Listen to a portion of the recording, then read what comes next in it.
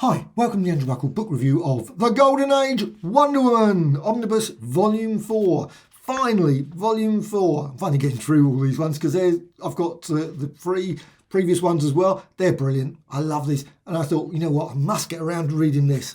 And wow, great stories. They are just brilliant. They are some of the best comic books ever. Most maddest, weirdest, craziest comic books that have ever been created. I love them. Absolutely love them. Now you can see obviously other books. Green Arrow one is really good. You got the Superman one there. Now I would love to see DC bring out all of their archive Golden Age material. They were going to bring out a Flash one. Oh, why didn't they? Just suddenly disappeared. Well, that's life. However, I love the fact they finally put that in the back. That's really, really cool. Just putting the covers. Even if they've done them in a slightly odd order, they haven't put them in chronological order, which would have made more sense. Why did they put them sort of group the Wonder Woman's Sensation comic Cavalcade? And I'm going to say that name wrong because I always say Cavalcade wrong. However, Wonder Woman, brilliant. Sensation comics 70 to 89. Comic Cavalcade 23 to 29 and Wonder Woman 26 to 34. So there's a lot still to come. Now you've got here, obviously you've got all the writers, etc., as well as the brilliant artist Harry G. Peter. Absolutely superb. There should be a lovely big art book of his artwork because his artwork is superb. I would love to see that, with original pages, ink pages and that sort of stuff. That would be great. However, let's get to the book. Now, it's 700 pages-ish. You can see. Now, unfortunately, as always with all of these DC books, there's always already a slight issue. The glue is always a minor issue for me. This one's not too bad, but sometimes I've got some DC omnibuses, that really early ones, where it's, even if you carefully do the usual opening and make certain you make the glue settle and all that sort of stuff, you get some sort of damage. It's not a big deal. You could pour glue down there. Would people do that? I don't know. But it just slightly bugs me that you pay quite a bit of money for these books, which I love, really treasure. I'm glad they bring them out. But at the same time, I just wish they would make it slightly better with the spines a bit. Anyway, just lovely. And you can hear the cracks occasionally when you go open it. But there you can see all the names that are involved. And then the list of all the, again, you can hear, all the way through this, you'll be hearing the cracks from the glue. Does seem to, this is more so than Marvel ones. When I open Marvel ones, you don't normally hear that. You don't hear that sort of thing. DC ones, you really do. And it does occasionally. Now, I love this. They've got notes here, which is really, because they've actually mentioned small code that's visible. And it's quite weird. When you go through this, you go through all the different issues. There's a little code on the cover or whatever. And you can see there, there's one. I'm going to point it out, WW28A. Now, I don't know, of course I might be wrong on this one. This one is actually 28. But it does, some of them, they don't match. And sometimes even there's one that they mention some issue that doesn't exist. That, who knows? And they actually mention it at the cover here, saying that, in the introduction, saying that's very strange. I can't remember what it was. BMOH. What was that? Was that just a code for one where you don't really know where we're going to put it kind of thing? BMOH, because it doesn't put a number. So was it going to be an issue of something that was going to come out, the best of? Who knows? Lost to history. Maybe someone might say, that was going to be something. Because, of course, DC had lots of uncertain ideas for different issues they were going to bring out. I love Comic Cavalcade. There was something about that title that just absolutely was something special.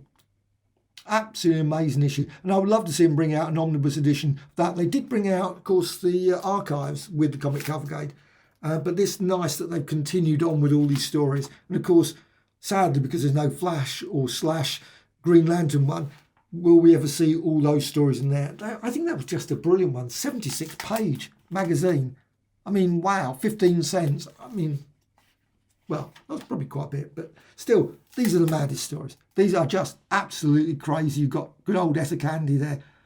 Some of the text is always a bit odd, but it's still Etta Candy, something calling Wonder Woman, etc. Help, as if you know where that is. Really? Well, where's that island? I've never heard of the place, but she, of course, can transmit from anywhere. Quite a useful skill, I guess.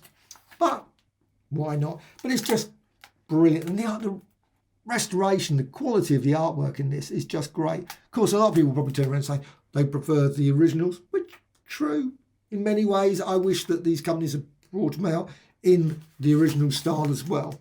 Then people could decide, of course, couldn't they? They say, oh, you know what, we prefer it like it was, or we like it in this restored, sort of cleaned up thing. The colours slightly. But I have to say, in these, I think these look beautiful. Absolutely super sharp. Not everyone, not every page. I don't know the sources that they got, whether they've done it from a magazine or if there's actually the sort of, who knows. I'm not certain about the sources. But I think, look, I mean, just that. Guards, as she goes back. It's just absolutely superb. And it's just page after page of classically mad stories. Fire away, boys. Atomic bombs and bracelets are the best game I've ever played. As you know, it's just wow. Times that she gets hypnotised or people try to do, or what's his name? She gets captured in so many different ways, or she gets knocked on the head. That's always the thing that baffles me. She's Wonder Woman. Why would she, if she got bashed on the head, it would just bounce off it. She wouldn't even know that you hit her on the head. And yet quite often she gets bashed on the head and you think, maybe she just does it, obviously, for plot reasons. But it's still, look at, I mean, just great. The Secret of the Kidnapped Dummy. You got stories that go in like the Wild West. You've got stories on Saturn, stories on Mercury. There is no end of the imagination that they threw into this. You got things there, obviously the invisible plane, tailspin, and again, Etta Candy, just historical ones. They've got going back to, I don't know, whenever, what period that was supposed to be. But it's just King Quite often the names in these things, quite often when you have to read them and think, oh, Rock Diamond or whatever. Great name. But again, now she's been zapped again. My will against yours. All great stuff. And then, of course, not that anyone would have noticed the fact that she looks a bit like... Well, anyway, that was not a big issue, was it? But it's still... I mean, this story as well. This one, where it's fighting in a ring. I mean, sometimes, of course, the perspective, everything is just all over the place. But who cares? The stories are just fun all the way. This is one, to me, these stories are just classics. I really, truly hope they continue to bring out Volume 5. Whether they keep the same standard up, I think because they changed quite a bit. When Wonder Woman got into the 50s, the stories did change. They were still pretty good. I mean, I recently read the Wonder Woman in the 50s, and I still loved them. But they were different. They were certainly not... Because I think the artist here, Peters, just brilliant. Just absolutely... Again, more sort of, obviously, there so many different characters they threw into this and just completely... And then you got one where it's Land of the Giants kind of thing, where she's obviously been shrunk down. No end of imagination that's thrown into this, or people captured here, or invisible people. Hurry slaves off to a... Paul Bunyan, is that how you said? And all that sort of thing. Everyone was thrown. The kitchen sink, everything was thrown into this. The Four Dooms. Just great stories after great stories. If you love sort of the weirdest of comic books, this is definitely, I think, up there. This one here, again, just crackingly brilliant stories. The mystery of the rhyming riddle, no less. Everything was thrown into these stories. However, typical DC ones, again, no bonus material at the back. It's always the biggest pity, I think, with the DC ones. I really wish they would put some, just adverts of the period, what's the name, posters, whatever, something, sort of maybe a few more sort of historical articles. Same by Roy Thomas. Roy Thomas is always great for bringing out brilliant information about all kinds of things. Things like ones that have been published in Alter Ego. It'd be nice if the same sort of material could be included in here, because Alter Ego is always bringing out brilliant articles about things like Wonder Woman, etc., and other people, of course. But also you've got, of course, the biographies at the back. And, well, actually he died 1958, Harriet G. Peter. And as much a success of Wonder Woman could be because of his unique style, simple illustration. I think, born a generation earlier, the most of his golden, strongly influenced by the classic illustrators of the 19th century. I think his artwork was superb, and certainly some of the, obviously those illustrators are also amazing. Absolutely brilliant. Elaborate line work, drew nearly every story of Wonder Woman. And then you've got, of course, Sheldon Mayer, Robert Kent, and it's always sad. biographies at the back are the worst things. I mean, they're still great they include them. And I always wish that whenever I read these, I wish they would bring out books about these people. Robert can never say his name. Canier? Sorry about getting his name wrong. Sheldon Mayer. And I think Sugar and Spike, again, some of the ones that they should bring out an omnibus edition, Sugar and Spike, they were excellent as well. And they were completely crazy stories. And this one, All American, and Scribbly. Now that's another one. Red Tornado, Scribbly. They should be bringing those out as well.